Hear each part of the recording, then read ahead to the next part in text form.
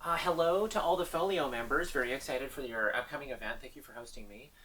Details on that below. And hello to everyone else, anyone else who's interested. Okay, let's talk about this. Why another book of best stories? And why now? I wouldn't have been able to tell you when I was writing it. I just knew that I had to write it. As an artist, you probably know this. Thinking is something you tend to do only before or after art making, not so much during it. I just knew that I needed to make this book. I can see now that there were two main reasons. First off, a second book was always part of the plan. The Lines That Make Us, my first book, here we are.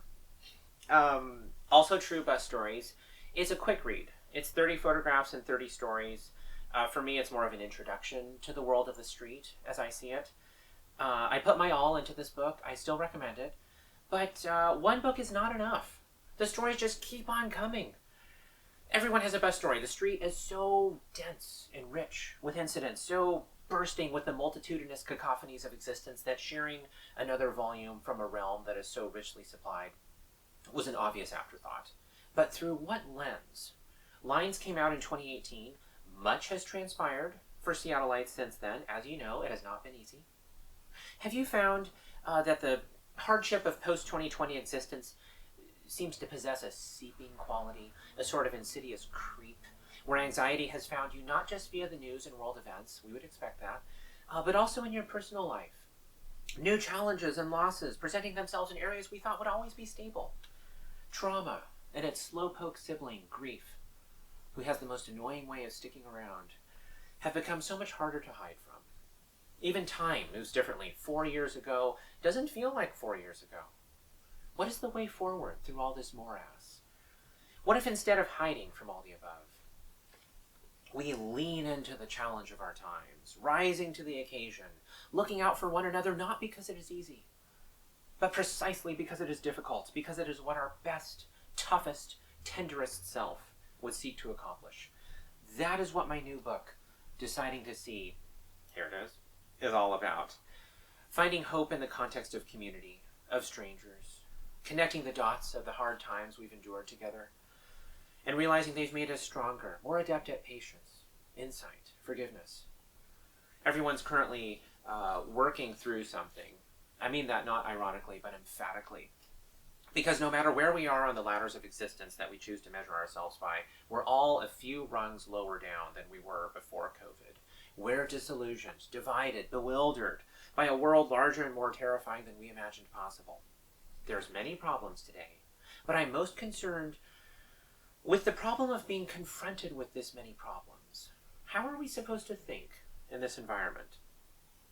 I feel like conundrums are best met with a solution cut from similar cloth. That is to say, an emotional problem is best solved with another emotion, not with logic, an idea best fought with another idea, and so on. And the problem we face today is not a problem of logic, or emotion, or ideas. It is a problem of perspective. And it is best met, I think, with another perspective. I avoid being didactic or instructional about this in the book. I don't have the answers, truly. But I have woven the stories in a certain pattern, certain order, to suggest something that will play slightly differently for every reader. Because you're bringing your own insight to the book, to the table too, prismatically adding your unique ray of perception, completing the book. A slightly different experience each time you read it. All my favorite art pieces do this. They don't tell you what to believe. They just dump a bunch of interesting stuff in your lap and let you decide. That's what I'm trying to do with this book. Paul Currington, a great friend of mine of the wonderful Fresh Ground Stories, says that stories come out best when we tell from our scars, not our wounds. Sometimes it's too soon to tell a story. While I don't feel qualified to write about the traumas of today's landscape, I can write about earlier trauma that I went through, being in the 2015 Paris terrorist attacks, that I have had time to process. And I offer it to the reader as a sort of proxy for reflecting on their own experiences. No one has ever understood something better when they were going through it, as opposed to afterwards, with hindsight. I have no hindsight about today's issues, and neither does anyone else. I wanted to write not something that will date quickly, that's what articles are for, including my own political pieces of the past, but a book that will remain interesting, okay, we hope, for a long time. Speaking of politics, there basically aren't any, not in this book. This is 300 plus pages with no donkeys or elephants. Almost. A couple of donkeys got in there, I'm sorry. But as Paul Currington also says, opinions, politics. divide us, whereas storytelling brings us together. Life is too rich to reduce into teams. And we all have more in common than we don't. I know people say everything is political, but this book is only that if you want it to be. The stories unavoidably engage in various contemporary hot-button topics, but in a way that's not issue-driven. Storytelling helps us find what we have in common, which will only help when we are reminded of our differences. The short version of all this is that the new book is more personal, more centered around finding hope during hard times. It's still true stories from the Vass, mostly the nighttime route, 7 and 49, as ever my favorite. Still a celebration of the goodness that lurks within all of us. Recurring characters who are happy, who are sad, who are funny, and everything in between. But there's more of myself this time around. With the themes above, it kind of had to be that way. We explore moments off the bus, moments before I became a driver, street encounters in other countries, and most of all, the interior life of processing tough times while trying to make the best of things, trying to find things to celebrate. So that's the new book. It's big.